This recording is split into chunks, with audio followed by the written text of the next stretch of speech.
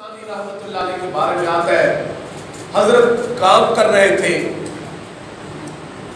حدیث پاک لکھ رہے تھے، کچھ مکتوبات شریف لکھ رہے تھے۔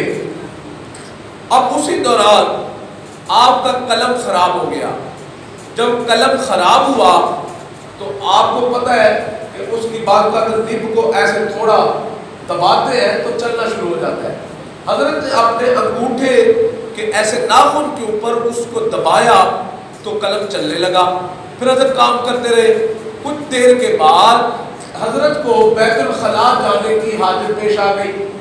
جب بیت الخلاء میں واش روم میں تشریف لے گئے تو اندر جا کے جیسے ہی بیٹھ گئے تو دل میں خیال آ گیا، نظر پڑ گئی اس انگوٹھے کے اوپر جو نقطہ سیاہی کا لگا ہوا تھا، اس پر جو نظر پڑی تو حضرت کے دل میں بات آ گئی، یہ تو وہ پاک سیاہی ہے جس کے ساتھ میں اپنے مولا کا پاک کلام لکھتا ہوں، اس کے ساتھ میں اپنے اللہ رب العزت کا پاک کلام لکھتا ہوں، نبی علیہ الصلوۃ والسلام کی مبارک احادیث لکھتا ہوں۔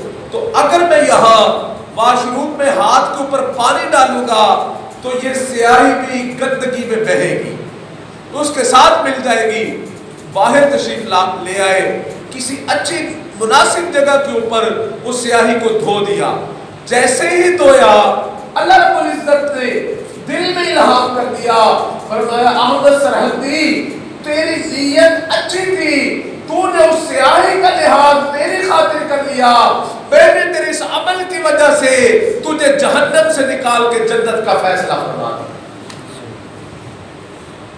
تیرے اوپر جہنم کی آگ کو میں نے حرام قرار دے دیا۔ تو میرے دوستوں، میرے عزیزوں، جب نیت اچھی ہوتی ہے اللہ تعالیٰ فیصلے بھی اچھے نازل